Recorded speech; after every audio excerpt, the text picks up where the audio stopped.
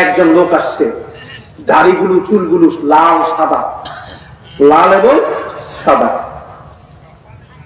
আল বেদায়া নেয়ার মধ্যে ইবনে কাসির রহমাতুল্লাহ আলাইহি বললেন, কাসাসুল কুবরার মধ্যে জালালউদ্দিন সুয়ুতী বললেন যে একজন সাদা লাল চুলওয়ালা দাড়িওয়ালা একটা লোক, সুন্দর সুঠাম দেহের অধিকারী আসলো, এসে সবাই সান্ত্বনা দেয়।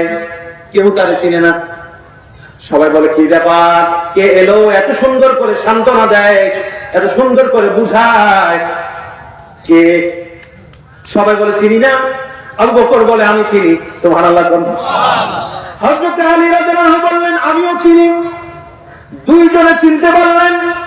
হযরত আবু বকর, আলী রাদিয়াল্লাহু আনহুমা দুইজনে চিনতে পারলেন, আর বললেন উনি আর কেউ নয়, তিনি আমাদেরকে সান্ত্বনা দিতে এসেছেন, তিনি হলেন নবীজির আরেকজন ভাই, তার মানে হলো তিনি হলেন হযরতে খিজির আলাইহিস সালাম। আল্লাহু আকবার বলেন।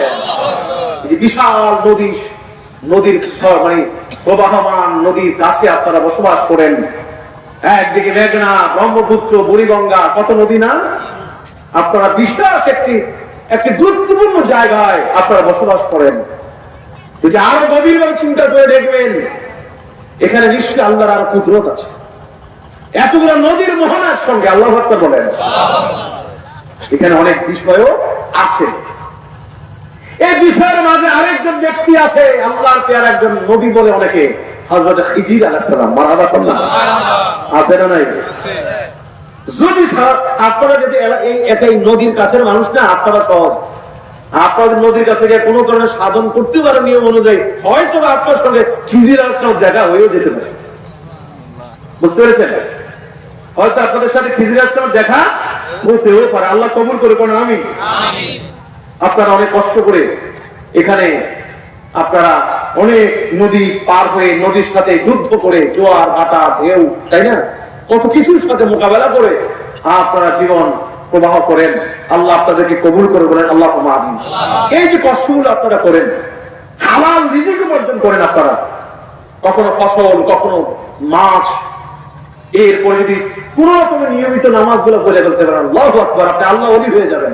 আল্লাহর কসম করে বলছি, আপনি আপনারা যে সত্য পথের প্রাকৃতিক পরিবেশে আপনারা যেই হালাল উপার্জনের পথে এখানে অবস্থান করছেন, এবং যদি এর মধ্যে মোটামুটি ভাবে কিছু আমল আপনারা করেন, ফরজ ইবাদত গুলো যদি করেন, ইনশাআল্লাহ আপনারা আল্লাহ ওলি হয়ে যাবেন। আল্লাহু আকবার বলেন। হযরত খিজির আলাইহিস সালাম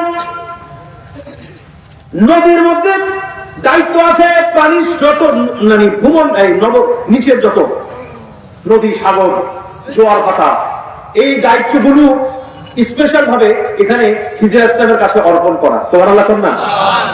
নদীরা পার ভাঙে, ওপার গড়ে, এই তো নদীর খেলা। নদীরা পার ভাঙে, ওপার গড়ে, এই তো নদীর খেলা। সকাল বেলার গভীরে তুই গভীর সন্ধ্যা বেলা। এই যে তার কোনো শিক্ষা, চোখের সামনে দেখতেছেন কত জোয়ারে, কত স্রোতে, কত বালি, কত চর ভেসে যাচ্ছে, আবার নতুন করে যাচ্ছে, ঠিক কিনা বলেন? কোন এক সময় কি এই এলাকাটায় জমিনটা ছিল?